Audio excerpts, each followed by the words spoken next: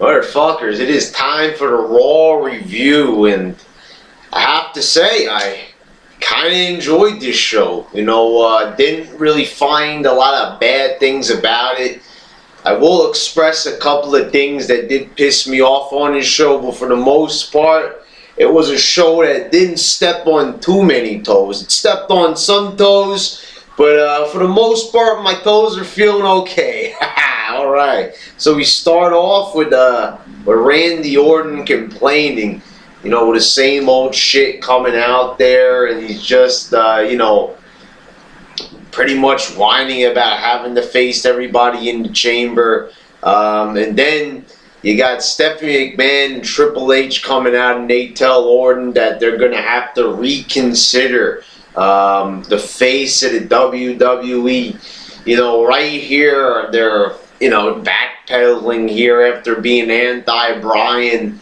Orton's going to have to face everybody in the chamber, starting with Bryan tonight. This prompted yes chants from the crowd, and Triple H was leading these yes chants and, doing this, and it just didn't sit right with me. Triple H leading the charge when it's not genuine. This is just like, trying to just appeal to the audience. And this is the thing.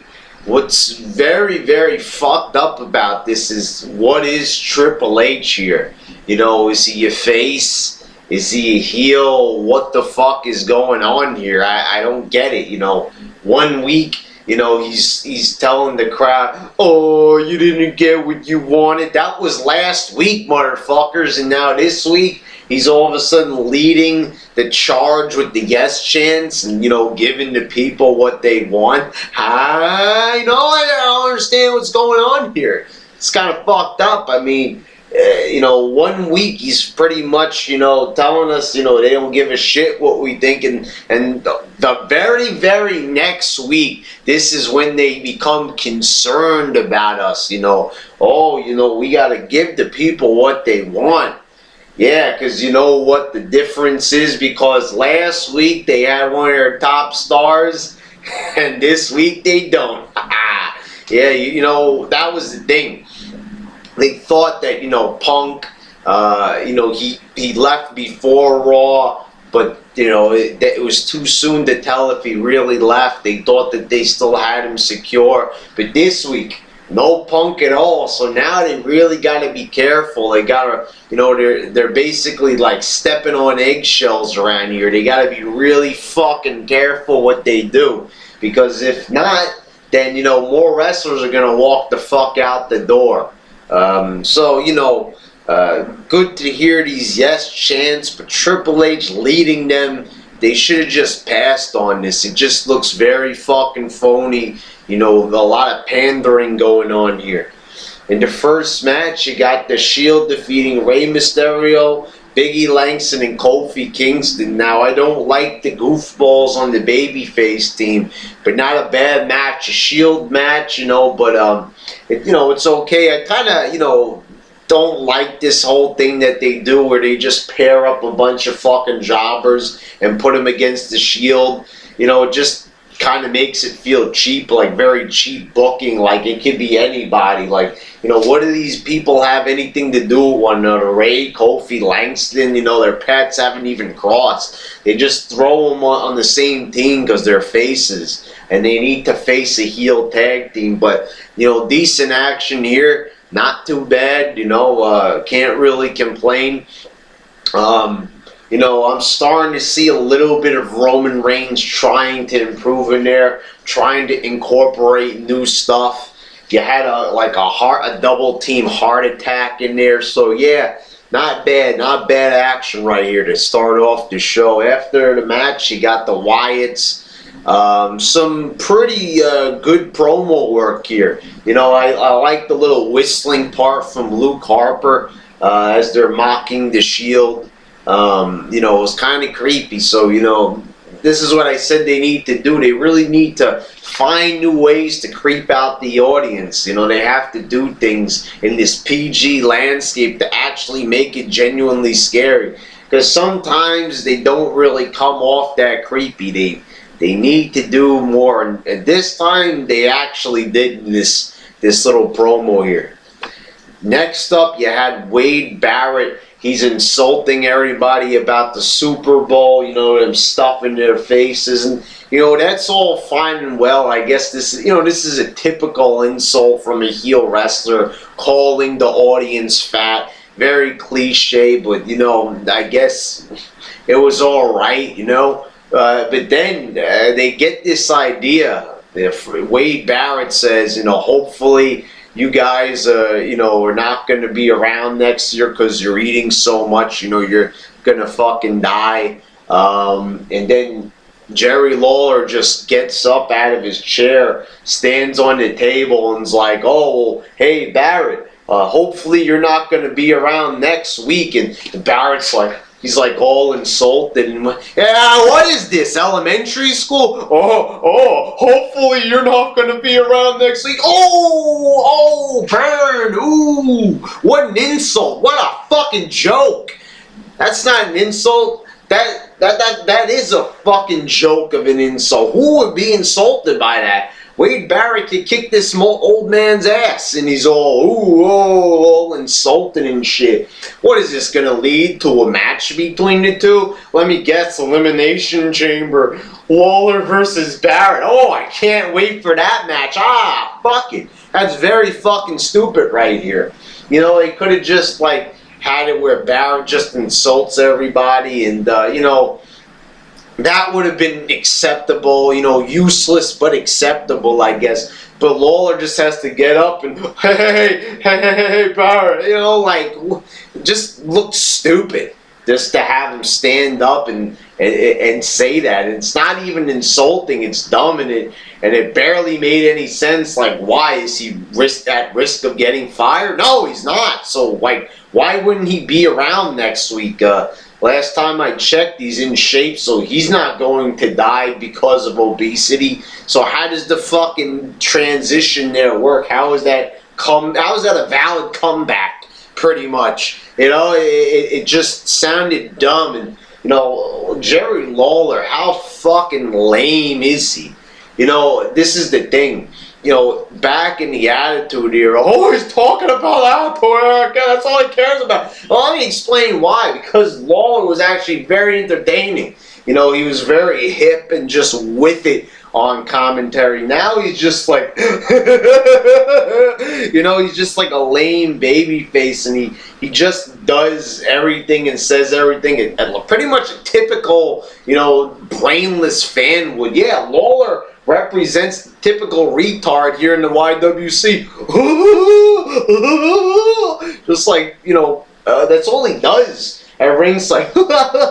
Just laughing like fucking Goofy, some fucking goofball. He sounds like Mr. Dink from Doug. Yeah, Mr. Dink at ringside. Douglas. You know, I just like, I remember him. You know, like, yeah, Mr. You know, he does sound like Mr. Dink. He does, you know, he's at ringside just fucking laughing away for no fucking reason, saying stupid fucking retarded shit. Once in a while, he like drags out a joke from the 1960s, you know, a fucking joke he read in some lame ass joke book he bought at Barnes and Noble. Fuck that shit, you know, get somebody new on commentary. Yeah, I understand, it's the King, he's a legend, but yeah, he's not a legend on commentary anymore. He's pretty fucking sad. Then you got Christian defeating Jack Swagger. Don't have a problem with this match. It's okay, you know, not a bad match. Happy to see Christian back. I hope he stays back. You know, as I said in my SmackDown review, this guy gets more injures. Gets more, what the fuck am I saying? More injuries than fucking Kevin Nash. You know, this guy is like had his shoulder, his leg, his elbow, his pinky, you know, his toes. What the fuck is gonna break next on him? This man is like made out of glass. He's like Samuel L. Jackson, unbreakable. The man fucking breaks a bone, tears a muscle every fucking 2 seconds. But you know, Christian, he's a good wrestler. He's one of the few, you know, not a big name, but one of those decent, you know, names that they have left. You know, like he's known. He's not famous, but he's one of the bigger stars that they have. So, a decent match here. It looks like they're trying to break up Cesaro and Swagger. It's a shame. I would have liked to see him as tag champs at least once. But, I like that they're making more out of Cesaro as a singles wrestler. So, no complaints really here. Then you get this announcement. Betty White is going to guest host Raw next week. Oh, what the fuck is this, 2010? I thought we were done with all these guest hosts. This is 2014, motherfuckers. All that guest hosting shit was a big fucking epic fail. When they had that shit 3 years ago, 4 years ago, it didn't work.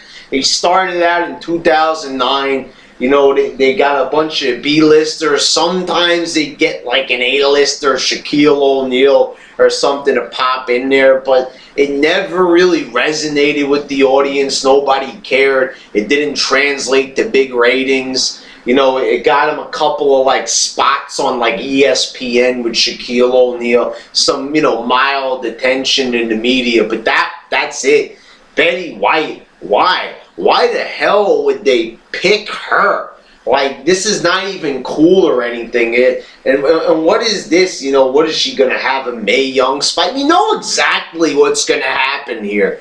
They're going to have, like, one wrestler backstage and Betty White's going to hit on him. And it's just going to make you fucking sick to your stomach. She's not Mae Young, for God fucking sakes. Mae Young just died and they're going to put Betty White in the position of a Mae Young, like they're going to replace her that easily. Have some fucking respect. And if you people think I'm jumping the gun, how do you know what's going to happen? I know. What do you think is going to happen? I've seen all the TV shit that Betty White's done. This is the thing that they're going to like do with her. They're going to have her hit on a young wrestler. That's what they're going to do to get some cheap laughs. Except I won't be laughing. I'll probably be crying. I'll probably be face palming because through this whole fucking thing. Why? Why? And look at this transition from a Betty White announcement. Then we go into a cage match. Betty White, then a cage match. I know, like, where the fuck is the continuity here? I said not a bad show, but some decent shit that is fucking dumb. Why are they going back to guest host? They thought that era of Raw was over with. And if they're going to go back to it, why can't they get somebody, like an action star or something? Why they had it okay with, last time they went back to it, they had like Hugh Jackman. That's Wolverine, understandable. But Betty White, this ain't an action star. This is someone who's on TV land, for God fucking sakes. And also, aren't they trying to target a younger audience with the product? Then why would they put Betty White out there then? That's not there.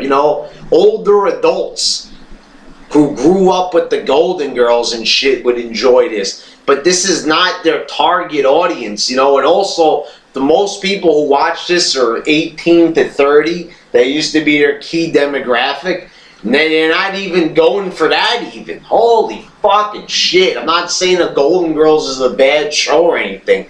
But, whatever. I could go on about this all day. So Outlaws defeated the Rhodes Brothers in a fucking cage match.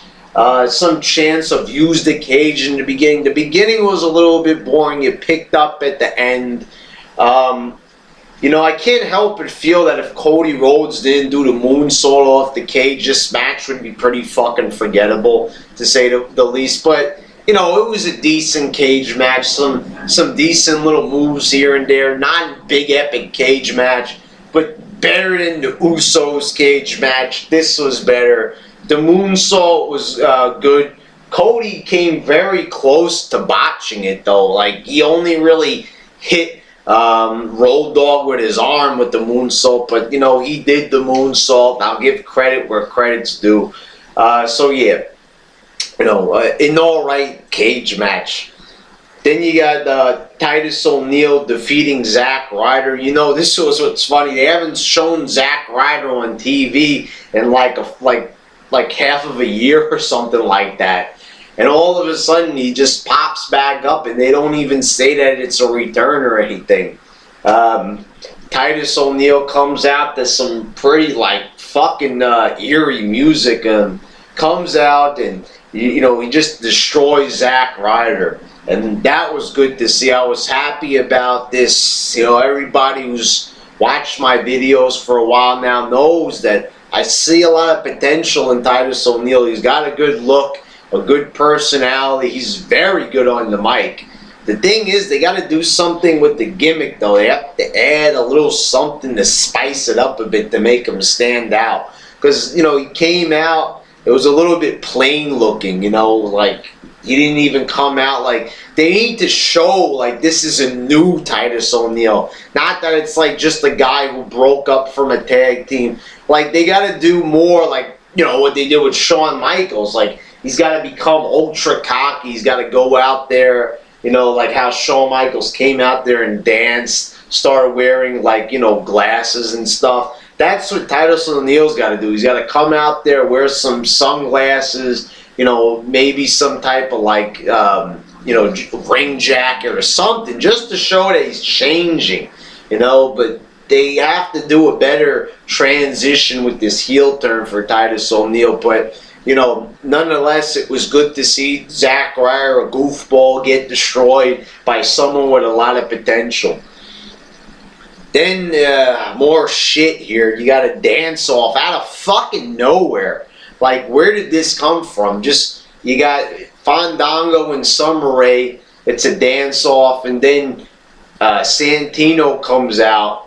And then you got him bringing Emma from NXT out. Like, I don't even know why they're there. Fandango and Santino didn't even dance, so why are they there? Not that I want to see them dance, but why are they there? It doesn't make any sense. But Summer Rae dances, and then Emma dances. Emma dances like a fucking retard, and somehow she wins, I guess because she's the face.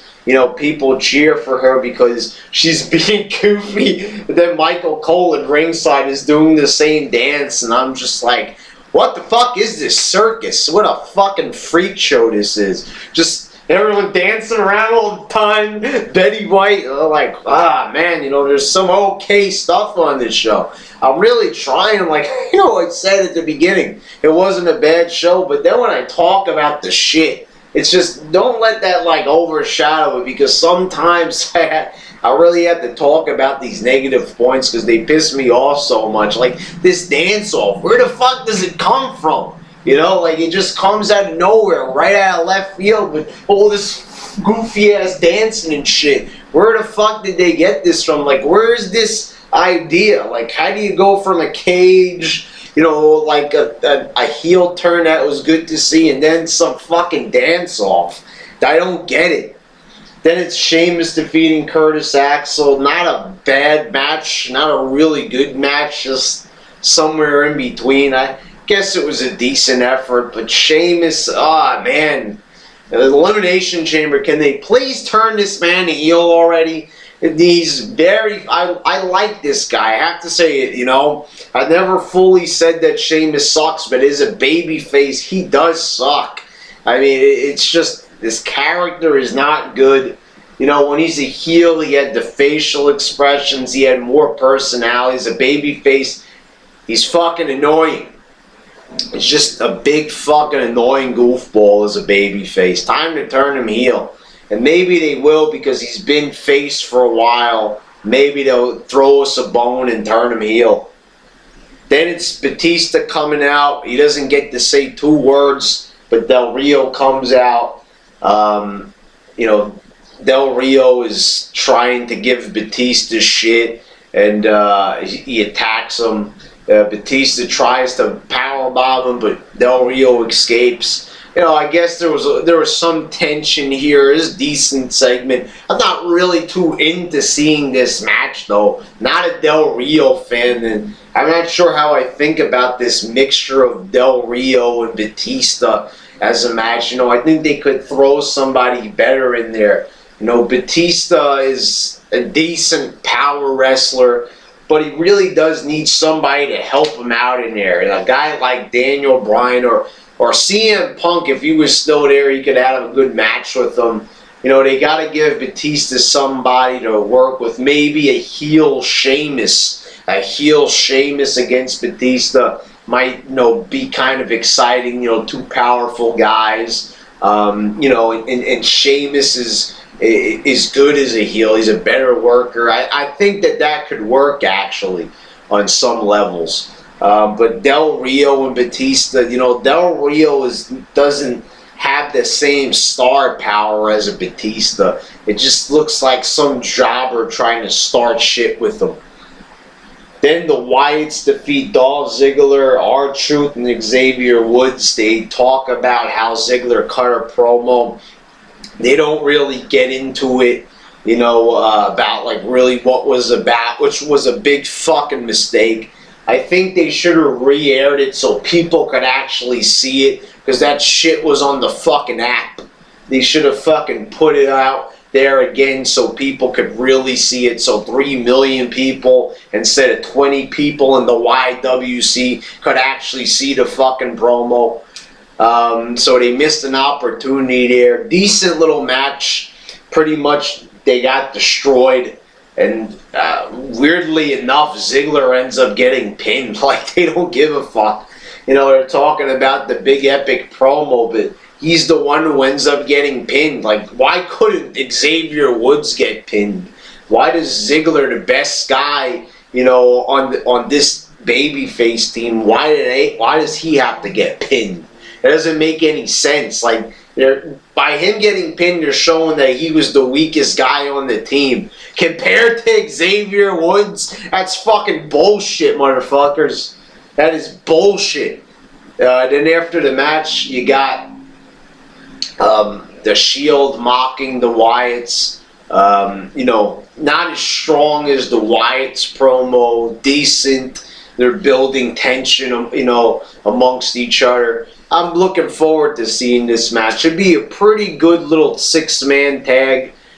Should be a pretty brutal match. I'm expecting it to be, you know, this one I'm getting my hopes up for a little bit. I think you got some really good talent in the ring. Some guys that know how to execute some really good moves. I think that there's going to be a lot. I think it's going to be a pretty action-packed match, to say the least. Should be pretty hard-hitting shit. This is one of the few matches where I'm actually kind of expecting quite a bit from it.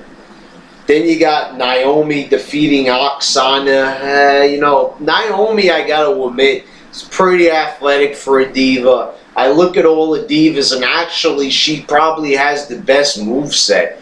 Pretty good moves. She finishes it off with a split-legged moonsault. Looked pretty good, you know. Not that far off from an RVD one. She executed pretty well. You know, hit it spot on. Can't really complain about it.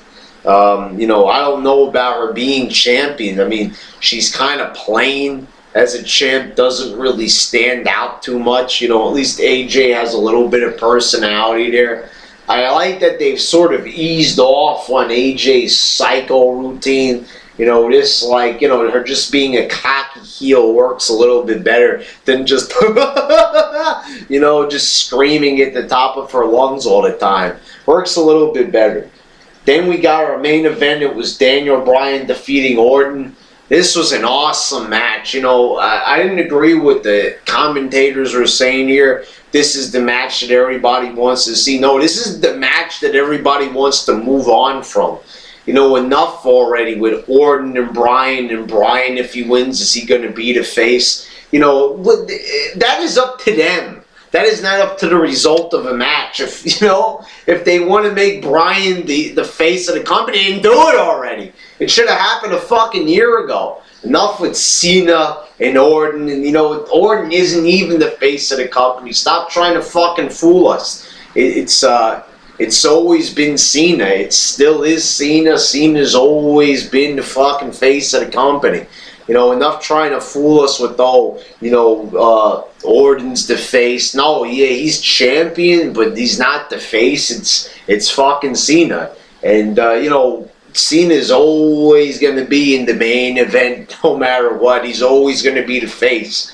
Even if they put Daniel Bryan in a position that's higher than Orton, there's still Cena there. You know, and Cena is just, I don't know why they're trying to allude to the fact that Cena is not the face. It's quite obvious. Stop lying to us already. Tell the fucking truth already about who were the real players here. You know, this should have been done a long time ago, and they're still talking about, is he the face? Is he the face? You know, they've already said that. It's not going to be determined by a match. How by him winning a match, is that going to make him the face of the company? No, the only way that they can make him the face of the company is if he's in the main event at WrestleMania. You know, but instead it'll probably be Orton or, you know, and Batista unless they fucking wake up. Daniel Bryan needs to win the Chamber here. This was a very, very good match. Once again, Daniel Bryan pulls another good match out of that piece of shit Randy Orton. If you could get a good match out of Randy Orton, then you fucking just deserve the title right there on the spot. The title should have been on the line tonight, motherfuckers.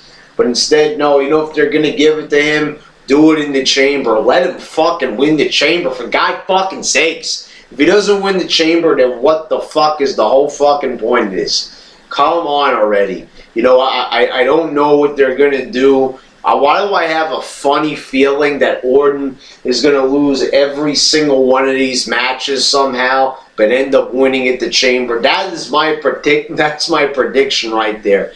The guy will somehow even lose to Cesaro, which I won't complain about. But he is going to win the Elimination Chamber. I'm making that prediction right now. He will lose every single one of these matches leading up to the pay-per-view. Yeah, even the Christian on SmackDown, I think. And then he's going to end up winning at Elimination Chamber. You know, it's going to suck, but that's the way how it's going to be done. Unless they wake the fuck up and they give the belt to Bryan. You know, I don't see what would be bad about that. How long do they think that they can hold on to Orton? I mean, this guy has been at the top now for 10 years. He won the fucking title in 2004 from Benoit, and he is still at the top in 2014. 10 fucking complete years right there. 10 years at the fucking top. And it's got to come to an end already. Enough with this fucking bullshit. You know, who is the face of the company? Listen to the fucking crowd. Who do you think is the real face of the company? You know, of course, it's not going to be official until Bryan starts main eventing Mania and all that, and they make him the main selling point. You know, but it shouldn't be about who's on the box of Fruity Pebbles or who's, you know, doing the most charity work. You know, here's the thing, you know, they didn't even want to talk about it, but Daniel Bryan was doing charity work and it wasn't even publicized by WWE. I think I mentioned this a while back. Go back and Google it.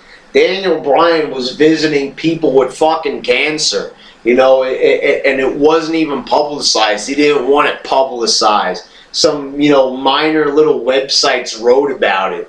But Daniel Bryan didn't get any credit for it all. You know, and that's the kind of guy he is. That's who they should get. Somebody a little bit more humble in Cena, you know, who doesn't have to, you know, be like, hey, oh, I'm helping out cancer victims, you know, like have to shout on top of a mountain. You know, Daniel Bryan is a better role model. If they want to, like, show kids, you know, like a better role model than Daniel Bryan, he's more humble. You know, he is a better role model than Cena. Doesn't take steroids and all that fucking bullshit, you know, or at least doesn't take as many. So at least Daniel Bryan would, you know, could be a better face of the company than that, you know, and also Daniel Bryan has a better look. He may be shorter than Cena, not as muscular, but at least, you know, he's got more personality in his face. Cena with a boring, plain-ass face. At least Daniel Bryan's got some character.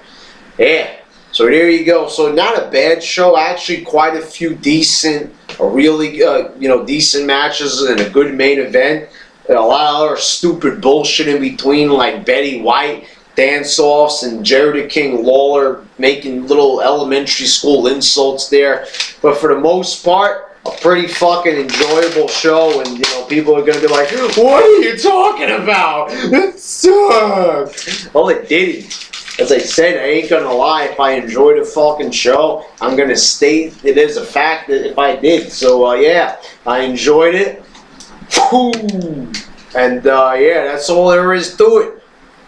Good show, motherfuckers. Decent show. I enjoyed it. Alright? I enjoyed it.